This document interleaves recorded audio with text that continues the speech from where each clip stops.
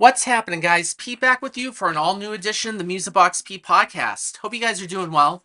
On today's episode, we're going to continue to talk about the Billboard Modern Rock tracks, but go at a little bit of a different angle. On today's episode, I thought it'd be a cool idea to look over some of WFNX's playlists over the years, through 3 selected years, and just go over what they were playing at that point in time, just sort of compare to what was on the Modern Rock track chart at that time, and also how it sort of mirrored that as well, too. Thought it's a great little dichotomy of how just sort of compare and contrast also, because of course FNX would probably play some more local bands versus some of the commercially established bands. And sometimes maybe it's a little vice versa. So we're just going to go over some of the playlists, some select artists, and compare the FNX playlist to what was on the Modern Rock Tracks chart at the time. So I think it's really fascinating to sort of go back down memory lane, and just one of the reasons why I loved when I relaunched the podcast a few months ago to sort of do something like this and just do a fun little thing outside the box. So why don't we just get into it right away? So this playlist is dated August 6th, 1989. So how I came up with these playlists is just sort of scouring the internet. One app that works great is actually just plain old Facebook. Just looking through some old Facebook groups, and some of these were posted online there, so you're able to find them, download them, print them out, and just sort of and go through it that way. So, just looking through the top 10 singles from FNX from August 6th, 1989. Number one was Hoodoo Guru's "Come Anytime," which I know they were on the Modern Rock Track chart at the time. Number two was "Figures on a Beach" with "Accidentally 4th Street."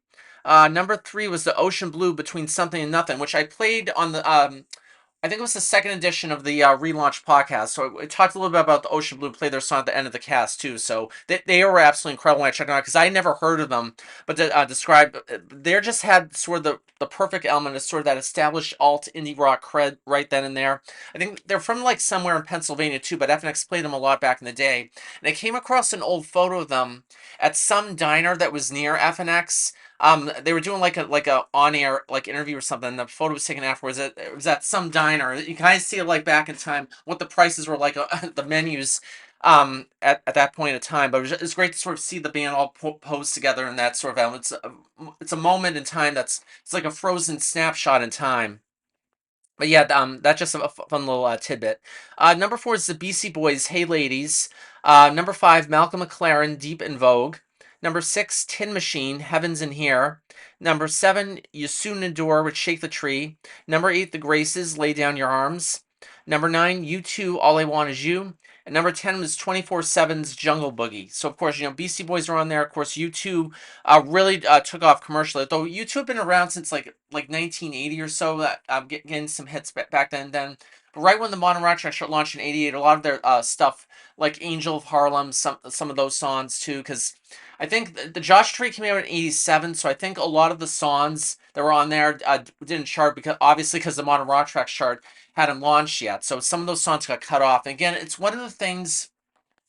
One of my little pet peeves about the chart, and I've mentioned this multiple times over, is that it started too late, because it started September 10th, 1988, right at the like tail end of the '80s, when alternative was just sort of, it was slowly shifting and eventually going more into like a grunge oriented direction. Had it started in 1980, a lot of those great bands I talked about, The Clash, Blondie, Talking Heads, Tears for Fears, Devo, I mean, all those bands would have definitely charted and would have showed up more. Violent Femmes, I mean, you could go on and on, make a long list, like the Smiths. I mean, it really just bogs the mind. But anyway, that's just one of my little pet peeves there. But kind of the cool thing about FNX back then is they catered to a lot of different genres. Especially they did something called Jazz Brunch, which they did every Sunday morning from 10 to 3. And then I think it was Jeff Turton that hosted it, if I remember correctly. So catered to a lot of music. I'm not into jazz myself, but if all the jazz junkies out there would be into it, I mean, you can definitely get your fix from there. So, and they had a lot of like cool shows, like Sunday night. They would have a cool show called Moods for Moderns, that sort of thing. Um, and also, they had like a Boston rock show specifically devoted to Boston acts called Boston Rocks, that was on from 10 p.m. to 1 a.m. So it was kind of cool to see that back then, just sort of, how music was sort of evolving, what people listened to at that point in time, what people were calling in to request. And it was just incredible, just sort of, walk down memory lane and sort of get that feel and sense of what was really out there and what was on a platter. And it was sort of a perfect division between the commercially established acts and the local acts as well too, because there was no other platform for where local acts could be played on radio, because obviously BCN wasn't playing them, AAF wasn't playing them, only FNX. FNX had a real focused hyper local attitude. I think that's what it really boils down to, more so than the other stations. That's why I gravitated towards them. I mean, I initially listened to BCN, but FNX I just gradually fell in love with. I mean, I didn't care that they were at the FNX was at the bottom of the ratings. I don't care about that shit. I mean, I don't care that they got like a .5 rating. BCN or whoever else got like, many more digits, not like a 4 or 5, whatever the number was. I don't care about all that. I just care about like the music and what was the connection you have like with the DJs, with some with everything that was going on back then. It was about that deep rooted connection, not worried about, ratings or advertising or anything like that. You're just focused on the music. That's what it really boils down to. So another playlist I found was from 1996. So with some of these ads, these are like the most added plays, and it sort of gives a so with the like different columns, it has like how many times each individual song was played this week, then compared from last week, 2 weeks ago, and then 3 weeks ago. So it's great to sort of see all this like broken down, and also like the different artists that are being played at that time. So this particular one is from 1996. So the song that was played the most during this particular week was Butthole Surfer's Pepper, which of course was all over the place at that time. I was around 11 at that time, so definitely remember that. Beck's Where It's At, absolutely. That's next, but that had 35 plays that week. So I won't like give all the numbers, but just sort of go from the most played down to least played at this particular week. So after Beck's Where It's At, we have No Doubt Spiderwebs. Primitive Radio Gods, Standing Outside a Broken Phone Booth with Money in My Hand. Boy, that's a long title. Just says Standing Outside, but that was such a... I remember that song quite well, too. They were a big one-hit wonder back then, so... But I definitely remember the song quite well and seeing the video a lot on MTV as well. Oasis, Don't Look Back in Anger. I mean, enough said. Stone Temple Pilots, Tripping on a Hole in a Paper Heart. Of course, love that one back in the day. Super 8, King of the World. Not familiar with that one, so I'll have to check that one out. Porno for Pyros, Tahitian Moon. Definitely remember that. Not a Surf's Popular. I absolutely adore it. I remember seeing the video for that MTV and absolutely fall in love with the band. God, I can't believe it's almost 30 years ago since I first discovered them. And I saw them last October at the When We're Young Festival out in Vegas, and they still rip. And their last album, Moon Mirror, was absolutely incredible. Definitely go and check it out if you haven't already. Screaming Trees, All I Know. Green Day's Walking Contradiction. That was a good one too. That was off the Nimrod album, if I remember correctly. The Cure's Mint Car. The Fugees' No Woman No Cry. So it was good to get some of that commercial, hip hop as well too, because they played it a little bit back in the day. In fact, going back to 2000, I could distinctly remember FNX playing DMX's Party Up. I that is like ingrained in my memory. So they really commercial. Everything was, I wouldn't call DMX definitely not an alternative artist by like any means, but they wanted like put a little hip hop, jazz up the playlist a little bit. And I distinctly remember DMX's Party Up being played in the summer 2000. So that's one thing. But see, Fuji's No Woman No Cry. I remember Fuji's quite well. So this is back in '96. So it was great to see some of that hip hop representation back then. Next up is Magna Pop's Open the Door, Sponge's Wax Ecstatic, Self Solo, Soundgarden Burn in My Hand, Ash Goldfinger, Hole's Gold Dust Woman cover of Fleetwood Mac, the Cranberries Free to Decide. So it's great to see the Cranberries back then. I mean, they were all over the place. So, yeah, it was great to see them. Republica Ready to Go. That's a real good song. And kind of they're one hit wonder. That was just like the one song that really, but like who's the name of the artist? Yeah, I had like write it down or remember it from memory. So Republica Ready to Go, incredible song. Soundgarden Pretty Noose, love the hell out of that song. Smashing Pumpkins Tonight, an instant classic, probably one of the top songs in the '90s. Alanis Morissette, You Learn. I mean, you couldn't not like Alanis back in the day. She was all over like commercial radio, rock radio. She was all over the place. It was just a Jagged Little Pill classic album, one of the top albums in the '90s, of course. Verve Pipe Photograph, Super Drag Sucked Out. The Cardigans Carnival. It was great to see the Cardigans get a lot of play too. Of course, you might remember them most from Love Fool, which came out a year later. But I mean, they were all over the place too. And that was one of the bands. The Cardigans' Loveful, I remember, was not allowed to chart in the Hot 100 because there was not a version of the single that was released commercially. Because Long story. I've told about this stupid policy the Hot 100 since gotten rid of. They've got rid of it in '98. If a song is not available commercially released as a single to be, because you know how you used to be able to buy singles individually on CD back in the day, if it was not available to be commercially released as a single, it wasn't allowed to chart in the Hot 100. So it was a stupid dumb policy that has since got rid of, because a lot of the major songs that were a lot of the major pop songs like Goo Goo Dolls' Iris, Natalie Imbruglia's Torn, Sugar Ray's Fly, a lot of those big songs from the 90s weren't allowed to chart, and it was almost like they were erased from history. So what I did was, I don't know if I mentioned this before, for the year-end songs, so I went back. A lot of those songs were omitted. I took out some songs. So the version of the year-end list for like the Hot 100 has those songs like Goo Dolls, Natalie Imbruglia, Cardigans, Love Will I Remember was on there too. It was just it was so wrong to like eliminate those songs from history. So that's what I did.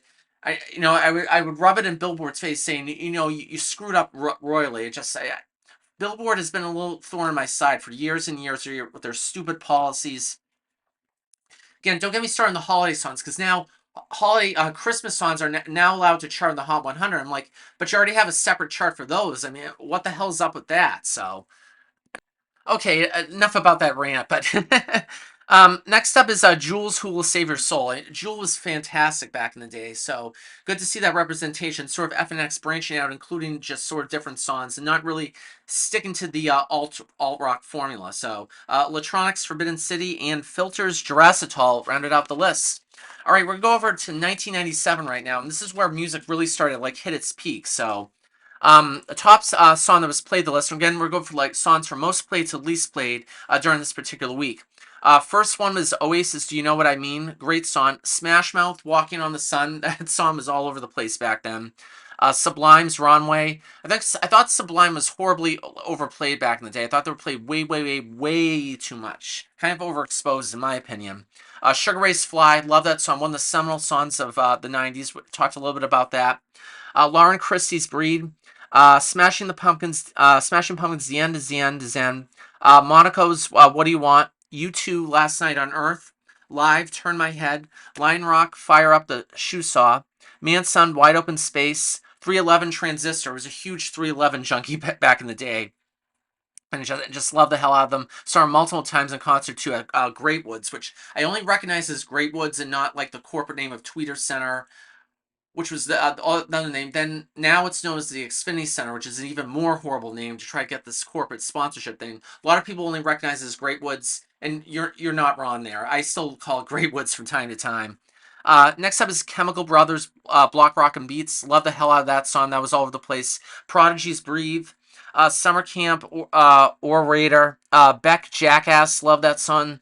Matthew Sweet, Come to California. Sneaker Pimps, Six Underground. Squirrel Nut Zippers with Hell. There's sort of this, weird thing going on back in 1997, sort of this swing rock revolution. I think it was like Cherry Poppin' Daddies, Brian Setzer Orchestra, and Big Bad Voodoo Daddy was another band too as well. There was a huge like swing rock revolution going on back then. I didn't really understand why it was a big thing. It was I would say it was sort of semi enjoyable back then, but just sort of like okay, just a little bit random, but I'll take it. But it was just one of those things. It was just I remember in '97 that was when the whole swing rock revolution was, and of course Brian Setzer Orchestra. He was also in another band called Stray Cats who were big back in the '80s. So they're just a little fun fact, but you probably knew that already. So after that, Real Big Fish, Sellout, Weezer, Pink Triangle, DM Builders, Burn This Bridge, Sarah McLachlan, Building a Mystery. Great to get that female singer-songwriter representation just all over the place too. It's sort of the only place you could really get is like alternative radio. Although Sarah McLachlan was played a lot on like FM radio, Kiss 108 back in the day. But it's great to see FNX play her music also. Blur's Song 2. I mean, enough said. You've probably heard that song at every single sporting event known to mankind. It was all over the place. It was sort of Blur's massive worldwide hit. Fountains of Wayne, Leave the Biker, Kay's Choice, Not an Addict, Echo and the Bunnyman, I Want to Be, Depeche Mode, It's No Good, Mighty Mighty Bosstones, The Impression That I Get. I mean, you can't say enough about it. Probably one of the top Boston bands of all time. It can be enough said. I never got the opportunity to see him a concert. I mean, Dickie Barrett's just a total genius and a complete legend around the 617. So, yeah, it was just awesome. And amazing Royal Crown with Do the Devil. So it's great to see, all these different bands that were getting noticed back then. I think it's just sort of the cool thing, just looking back on music as a whole. it was kind of just, its own little. We all lived in our own little world, our own little bubble, and the songs that matter the most really provide us like the soundtrack for the moments of what we were going through at that point in time. And just just hearing some of the and just reading this playlist gives you an idea of what FNX was playing back then too. It wasn't just they had sort of things to cater like the most popular songs, of course, but also integrated, just create this whole like personalized playlist because everything's on streaming now, so radio doesn't matter much, if at all, especially on the alternative side. Because trying to think of some other alternative stations in Boston right now, and the only ones I can really think of are on the college radio side, like Emerson College's radio station, WERS 88.9. They have a good alternative lineup. I've listened to them a couple times. They're definitely dead solid. Probably the closest reincarnation of FNX. 92.5 The River kind of leans more towards the indie side and not really more the alternative side, what FNX played. But they still have a good mix of songs from time to time. WCBC 90.3, Boston College's radio station is good. Northeastern's radio station, gotta shout out the Huskies, my alma mater, WRBB 104.9. They play some good music as well too. So if you listen on the college radio side, they'll probably have a lot of different differentiation in terms of like programming different genres and shows devoted to one particular genre. So definitely seek them out on radio. And of course, a lot of these stations are online, so they probably have an app or go on like the TuneIn Radio app. I don't know if that's still big anymore, but you can listen in there and just listen in. And you don't have to worry about reception for like the old school radio. You can just listen entirely online now. Most of the college radio stations allow you to listen online back then. So yeah, it's just an awesome way of just sort of traveling back in time and getting a sense of what was big at that point in time. And I just love going back in time and sort of comparing this on the modern rock list because some of these songs, a lot of the songs really mirrored that too, especially on the year ends. Money Money Boss Stones charted really high. I think they were the number three song of 1997. I remember Third Eye Blind's Semi Charmed Life was number one that year. So it's sort of, getting the local representation. That was sort of what put Boston on the map, I remember correctly, when Money Money Boston charted high and started gaining national recognition. I think they were on the cover of, like, Rolling Stone magazine as well, too, if I remember correctly. So it's great to see at Boston. It sort of get the impetus of the other Boston bands around that time sort of, gain notice and fall in their footsteps as well, too. So, yeah, it's just awesome. And, of course, I'm off next week for Labor Day, but the week after, I'm gonna do a special, of course, and I probably mentioned this a little bit in the past about 9/11. So just talk a little bit about 9/11 and how that sort of changed music, sort of like pre 9/11, then post 9/11, and how music as a whole changed and just sort of was being played. And also going to talk about the infamous 9/11 band songs playlist. So. Well, a lot to talk to like after the holiday about that too, because it was sort of a controversial thing that Clear Channel put out, and we'll talk a lot about it after. So, but it was, to see what music was like. It, I sort of look at it this way: what music was like before 9/11 was being played at that time versus after the 9/11 attacks happened was being played after. There was a huge difference, a shift in mood and everything. The pre 9/11 era, I just remember being much more beautiful, serene, picturesque. I mean, it just was an idyllic childhood. I was 16 at the time. Then 9/11 happened, and all our priorities shifted after that. So we're going to spend a lot of time in 2 weeks talking about that, just sort of the differences that happened back then. So thanks once again for tuning in to the Music Box P podcast. Have a great Labor Day weekend. See you in 2 weeks.